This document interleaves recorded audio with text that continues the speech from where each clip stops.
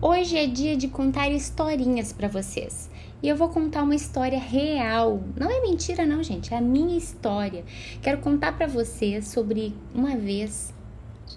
Gente, assim, eu nem acredito que eu fiz isso, mas assim, eu sempre trabalhei com prestação de serviço, sempre trabalhei no universo empresarial, dando mentorias e trabalhando na área contábil, planejamento societário, estratégico, tributário, por aí vai.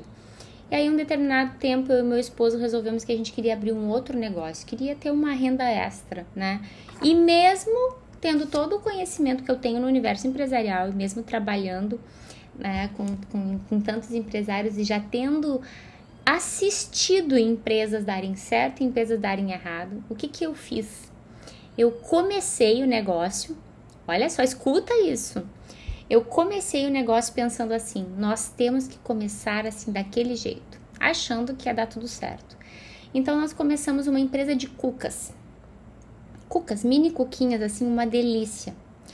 Mas começa que a gente, ao invés de começar com um recurso pequeno, só com a pessoa que era a expert de uma receita secreta, maravilhosa, que só ela sabe fazer, nós simplesmente resolvemos que a gente ia comprar um carro, nós íamos comprar um fogão industrial, um freezer, todos os utensílios necessários, contratamos 3 funcionários e, enfim, criamos toda uma estrutura, investimos, nutricionista, tudo que vocês possam imaginar, como se já fosse uma empresa que se paga. E aí, o que aconteceu?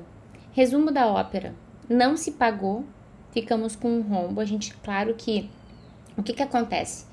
E aí eu quero que vocês peguem essa chave, que é o seguinte, se nós tivéssemos respeitado o início do processo, isto é, nós tivéssemos começado pequeno, numa cozinha adaptada, tivéssemos começado a captar clientes, a criar uma rede de clientes forte, para depois nós começarmos a investir nas outras coisas, nós não teríamos sentido tanto os aspectos negativos.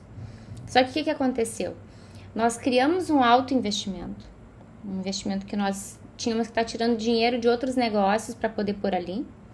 Aquilo começou a virar uma bola de neve e o negócio não se pagava, e aí com 3 funcionários existe o risco trabalhista, existe o financiamento do veículo, e todas as outras coisas que nós tínhamos comprado, os profissionais, a própria nutricionista que a gente pagava mensalmente, e assim foi, a conta aumentou, enquanto o negócio ainda não se pagava. Então, por que hoje eu falo tanto em que o feito é melhor que o perfeito? A gente tem que fazer, mas a gente também tem que ser humilde. E eu vi que nos faltou um pouquinho de humildade. Experiência e conhecimento sobre como as coisas funcionam, eu tinha. Mas eu quis viver o extraordinário sem passar por todo um processo de viver o simples, que é o que eu falei até numa outra live que eu gravei sobre esqueça o extraordinário e viva o simples. Por que eu falei isso? Justamente por essa experiência. Eu quis o perfeito, gente. Eu quis o perfeito. Só que aí existem 2 aspectos do perfeito quando a gente quer. Ou a gente se trava e não faz, fica esperando, para te ver como essa questão do perfeccionismo, ela tem 2 aspectos muito fortes. Ou ela te torna tão ousado, se tu é uma pessoa destemida, como é o meu caso, eu me sinto assim, me vejo assim, mas eu fui já achando que não passando pelos processos e o processo de crescimento. Então, a gente tem que entender que a gente tem que viver o simples sempre, porque é através do simples que a gente vai construindo, seja os nossos desbloqueios, seja a construção de algo novo para quem é destemido. E quando eu falo isso, eu falo olhando o seguinte aspecto também. Anota aí, porque as pessoas que já têm uma certa base de conhecimento em algumas áreas, elas acham que dominam tudo, que foi o meu caso. Eu dominava aspectos técnicos e operacionais, eu dominava técnicos e não operacionais, corrigindo. Eu dominava a parte tributária, sabia fazer um planejamento, societário, sabia toda a legislação, os encargos, o que envolvia todo o negócio, sabia que precisava de um plano, tudo foi feito. Mas me faltaram 2 questões. A primeira delas era domínio sobre a área de alimentos. Eu nunca tinha trabalhado. Então, eu precisava, assim, de alguém que fosse um especialista ou ter feito um curso nessa área para entender qual é o tempo, como que funciona, né, a questão do mercado, de captação, como é que eu chego até aquele cliente, todas essas questões. E segundo, que eu fui ousada demais, eu comecei com um investimento muito alto para um negócio que nem nome no mercado tinha. Então a gente tem que também entender que o fato de você ter um investimento alto no início não é garantia de que o seu produto vai ser aceito e de que as pessoas de verdade vão achar que aquilo ali é muito legal e vão querer continuar com ele. Então a gente tem que começar pequenininho, com humildade e fazendo o simples todos os dias, justamente por isso. Consistência, assertividade, intenção, como eu tenho falado sempre, essas palavrinhas para que você vá gravando. Você vai ver elas em muitos dos meus vídeos por isso, porque é isso que faz a diferença. Então, o que aconteceu? Como era um investimento alto, demorou para se pagar. Porque se eu tivesse começado com um investimento baixo, e eu tivesse começado com uma cozinha em casa, eu tivesse começado com uma pessoa só, tudo muito no amador, ela teria se pago sim. Ela estava tendo um faturamento bom. Mas o investimento que a gente adquiriu para poder bancar aquilo não comportava. E aí teve um tempo. E aí eu comecei a realmente a precisar. Eu digo, olha, ou agora a gente dá um passo atrás, e aí seria um caos com as pessoas, com toda a estrutura. O que eu ia fazer com todos aqueles equipamentos? Já estava dado o passo. Ou eu seguro mais um tempo. E aí a gente entendeu naquele momento que o mais um tempo não resolveria o problema, porque existia uma questão de pessoas envolvidas.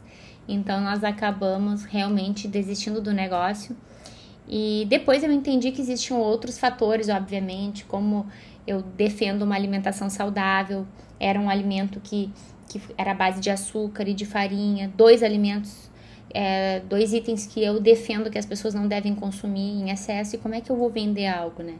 Então, um ponto principal aí pra mim foi: você só pode se envolver, só mexa com aquilo que você acredita, que você realmente defende, que você quer pra sua vida, que você não viva sem.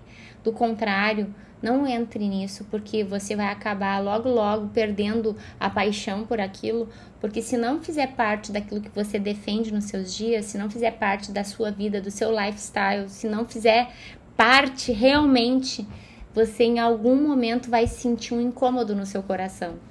E aí você, se não deixar por uma razão, vai deixar por outra. Então, é muito interessante assim você realmente ter discernimento na hora de escolher o negócio que você vai criar e realmente caminhar com coerência, com pés no chão. Então, eu espero mesmo, gente, espero que você que está me assistindo aqui, que você tenha aprendido, que você seja humilde, que você não paralise, que você faça, mas que você faça respeitando cada etapa. Se você tem pouco recurso, faça com o recurso que você tem. É quase nada, faça com quase nada. Você não precisa de muito para poder começar. Você precisa da sua vontade. Ou você vai, se você tem zero recurso, você vai conectar com alguém dizendo: cara, olha só, eu tenho muita vontade de fazer um negócio assim, assim, assim, compra a ideia comigo e vai atrás. Busque um parceiro, busque um sócio, mas fareje coração. Busque alguém com um coração que conecte com o seu. E não tem como dar errado. Agora, se você ficar aí preso no seu perfeccionismo, esperando o momento certo, você vai vai até surgir de repente uma oportunidade em algum momento, mas você vai dar um passo que nem o meu, porque você não se permitiu passar por esse processo, por esse simples, porque é uma fase em que você aprende muito, você aprende nesse período.